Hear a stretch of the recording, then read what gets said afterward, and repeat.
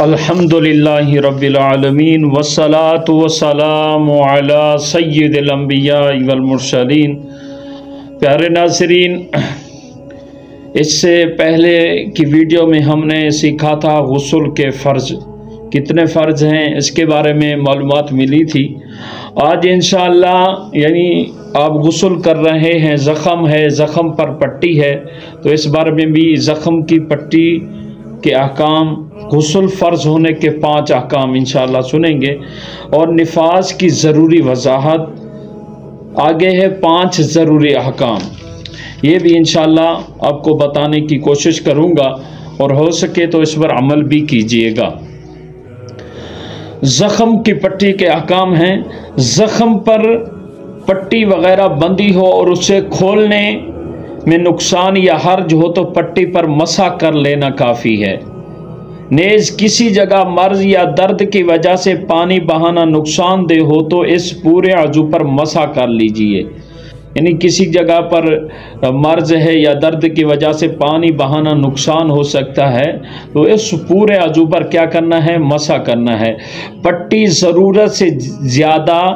جگہ کو گھیرے ہوئے نہیں ہونی چاہیے ورنہ مسح کافی نہیں ہوگا، یعنی زخم کسی اور زخم ہے اس جگہ پر، اور یعنی ہاتھ پر زخم ہے، ہاتھ سے زیادہ پٹی بڑی ہوئی ہے، آگے بھی پیچھے بھی، یعنی جس پر زخم ہے اسی پر پٹی باندھیں جتنی ضرورت ہے۔ ضرورت سے زیادہ باندھیں گے تو اگر مسح کریں گے تو مسح نہیں ہوگا۔ اگر ضرورت سے زیادہ جگہ گھیرے ہوئے بغیر پٹی باندھنا ممکن نہ ہو، یعنی ممکن ہی نہیں ہے، کوئی ایسی جگہ ہے مثلا بازوں پر زخم ہے مگر پٹی بازوں کی گولائی میں باندھی ہے جس کے سبب بازوں کا اچھا حصہ بھی پٹی کے اندر چھپا ہوا ہے، تو اگر کھولنا ممکن ہو تو ممکن ہے کھولنا تو کھول کر اس حصے کو دھونا فرض ہے۔ اگر ناممکن ہے کھولنا تو اگر ناممکن ہے یا کھولنا ممکن ہے مگر پھر ویسے نہ باندھ سکے گا تو یوں زخم وغیرہ نقصان پہنچے گا، اندیشہ ہے، ساری پٹی پر مسح کر لینا کافی ہے۔ یعنی کھولنا ممکن ہے تو زخم پر بھی نقصان نہیں ہوگا، کوئی تکلیف بھی نہیں ہوگی، تو اسے کھول کر جو ہے نا پانی بہانا فرض ہے۔ اگر پٹی وغیرہ کھولیں گے تو آپ کو پتہ ہے یا تکلیف ہوگی یا جو ہے نا نقصان ہونے کا اندیشہ ہے تو اس پر مسح کر لینا کافی ہے۔ بدن کا وہ اچھا حصہ بھی دھونے سے معاف ہو جائے گا، یعنی وہ جہاں پر وہ اچھا حصہ ہے، یعنی زخم کے علاوہ ضروری ہے پٹی باندھی ہوئی، یا اگر کھولیں گے تو نقصان ہوگا، نہیں کھولیں گے تو جو ہے نا کھولیں گے تو نقصان ہوگا، یعنی زخم وغیرہ میں تکلیف ہوگی تو اس پر مسح کر لینا کافی ہے، وہ اچھا حصہ معاف ہو جائے گا۔ آئیے سنتے ہیں غسل فرض ہونے کے 5 احکام۔ غسل فرض ہونے کے 5 احکام سنتے ہیں۔ منی کا اپنی جگہ سے شہوت کے ساتھ جدا ہو کر عضو سے نکلنا، یعنی منی کا اپنی جگہ سے شہوت کے ساتھ جدا ہو کر عضو سے نکلنا غسل فرض ہو جاتا ہے۔ اور نمبر 2 پر ہے احتلام، یعنی سوتے میں منی کا نکل جانا، احتلام ہو جانا، منی کا نکل جانا، تو اس سے بھی غسل فرض ہو جاتا ہے۔ نمبر 3 پر ہے شرمگاہ میں سپاری داخل ہو جانا، خواہ شہوت ہو یا نہ ہو، انسال ہو یا نہ ہو تو دونوں پر غسل فرض ہو گیا۔ نمبر 4 پر ہے حیض سے فارغ ہونا، جیسے حیض سے عورتیں فارغ ہوتی ہیں تو اس کے بعد جو ہے نا غسل فرض ہو جاتا ہے۔ نفاس یعنی بچہ جننے پر جو خون آتا ہے اس سے فارغ ہونا، یعنی بچہ جننے کے بعد جو خون آتا ہے تو اس کے بعد خون ختم ہوتا ہے تو اس کے بعد عورت کو غسل کرنا کیا ہے؟ فرض ہے، اس پر غسل فرض ہو گیا۔ اکثر عورتوں میں یہ مشہور ہے کہ بچہ جننے کے بعد عورتیں 40 دن تک لازمی طور پر ناپاک رہتی ہیں، یہ مشہور ہے بات، یہ بات بالکل غلط ہے، یہ بات جو ہے نا بالکل ہی غلط ہے۔ برائے کرم نفاس کی ضروری وضاحت پڑھ لیجیے۔ آئیے ضروری وضاحت بھی بتاتا ہوں، یہ عورتوں کے لیے ضروری ہے۔ ہمارا خواتین و حضرات اس ویڈیو کو توجہ سے سنیے گا، یہ بہت ضروری احکام ہے نفاس کے۔ اکثر عورتوں میں مشہور ہوتا ہے بھی 40 دن تک یہ ناپاک رہتی ہیں، غلط چیز ہے۔ جب خون آنا بند ہو جاتا ہے اس عورت پر غسل کرنا ضروری ہوتا ہے۔ بچہ پیدا ہونے کے بعد جو خون آتا ہے تو اس کو نفاس کہتے ہیں، اس کو نفاس کہتے ہیں۔ اس کی زیادہ سے زیادہ مدت جو ہے نا، مدت 40 دن ہے، یعنی اگر 40 دن کے بعد بھی بند نہ ہو تو مرض ہے، لہذا 40 دن پورے ہوتے ہی غسل کر لے، اور 40 دن سے پہلے بند ہو جائے، خواہ بچے کی ولادت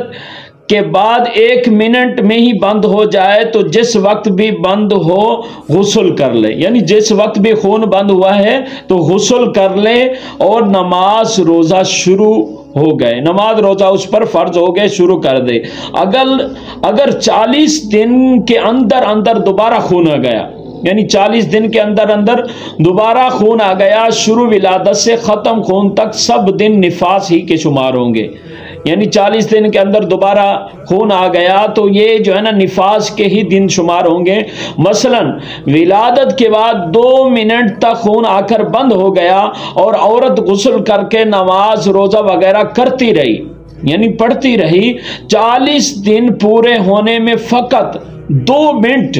باقی تھے، پھر خون آ گیا تو سارا چلا، یعنی مکمل 40 دن نفاس کے ٹھہریں گے۔ مکمل جو 40 دن ہے یہ نفاس کے ہی شمار ہوں گے۔ جو بھی نمازیں پڑھی یا روزے رکھے سب بیکار ہو گئے، یعنی سب بیکار گئے، یہاں تک کہ اگر اس دوران فرض واجب نمازیں یا روزے قضا کیے تھے وہ بھی پھر سے ادا کرنے ہوں گے۔ یہ ضروری احکام تھے نفاس کے، اسے جو ہے نا توجہ سے سنیے گا۔ آگے سنتے ہیں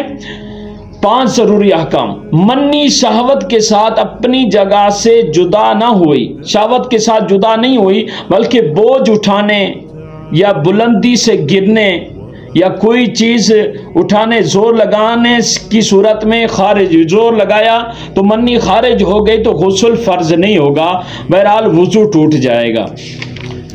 اور دوسرا ہے اگر منی پتلی پڑ گئی اور پیشاب کے وقت یا ویسے ہی بلا شہوت، شہوت ہی نہیں ہے تو بلا شہوت اس کے قطرے نکل آئے تو غسل فرض نہ ہوا، وضو ٹوٹ جائے گا۔ آگے ہے نمبر 3 ہے اگر احتلام ہونا یاد ہے، احتلام ہونا یاد ہے مگر اس کا کوئی اثر کپڑے وغیرہ پر نہیں تو غسل فرض نہیں ہوا، یعنی احتلام ہونا آپ کو یاد ہے تو اس کا جو اثر ہے کپڑے وغیرہ پر نہیں ہے تو غسل فرض نہیں ہوگا۔ نمبر 4 پر ہے نماز میں شہوت تھی اور منی اترتی ہوئی معلوم ہوئی مگر باہر نکلنے سے قبل ہی نماز پوری کر لی، اب خارج ہوئی تو نماز ہو گئی مگر اب غسل فرض ہو گیا، یعنی نماز پڑھ رہا ہے یا نماز پڑھ رہا ہے تو نماز میں شہوت تھی تو اور منی اترتی ہوئی معلوم بھی ہو گئی ہے مگر باہر نکلنے سے قبل ہی نماز ہم نے پوری کر لی ہے تو اب خارج ہو گئی ہے منی تو، مگر اب کیا نماز تو ہو گئی ہے،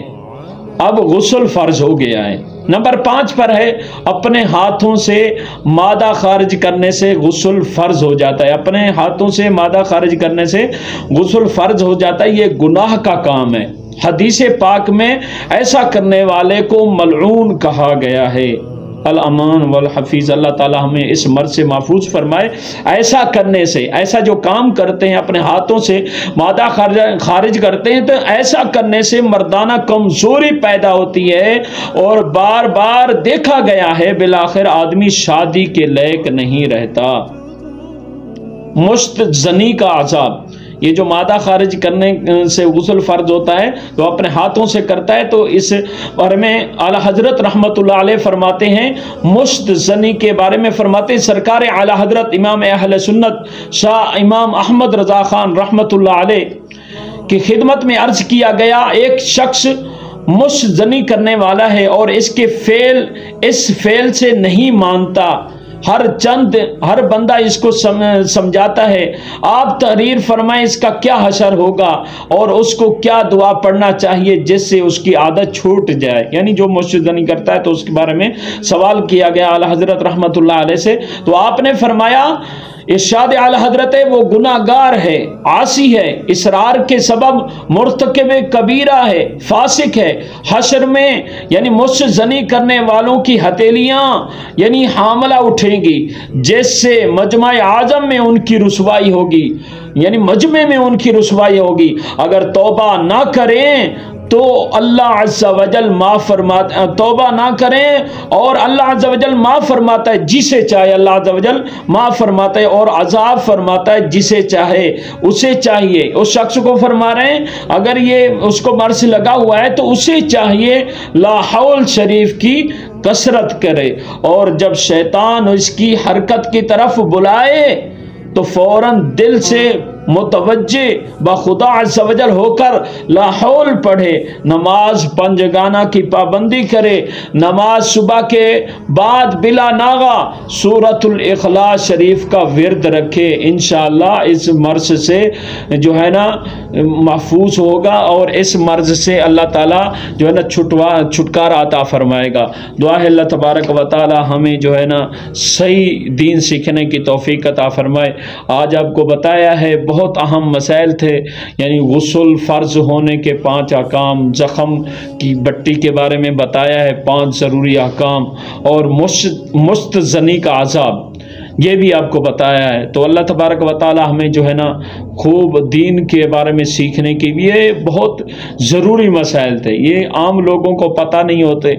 اور ایسے بھی ہوتے ہیں جن تعلیم بھی ہوتی ہے لیکن ان کے پاس بھی یہ علم نہیں ہوتا کہ ہم جو ہے نا غسل کے کتنے فرض ہیں، غسل کے ضروری احکام، غسل فرض کیسے ہوتا ہے، تو یہ بھی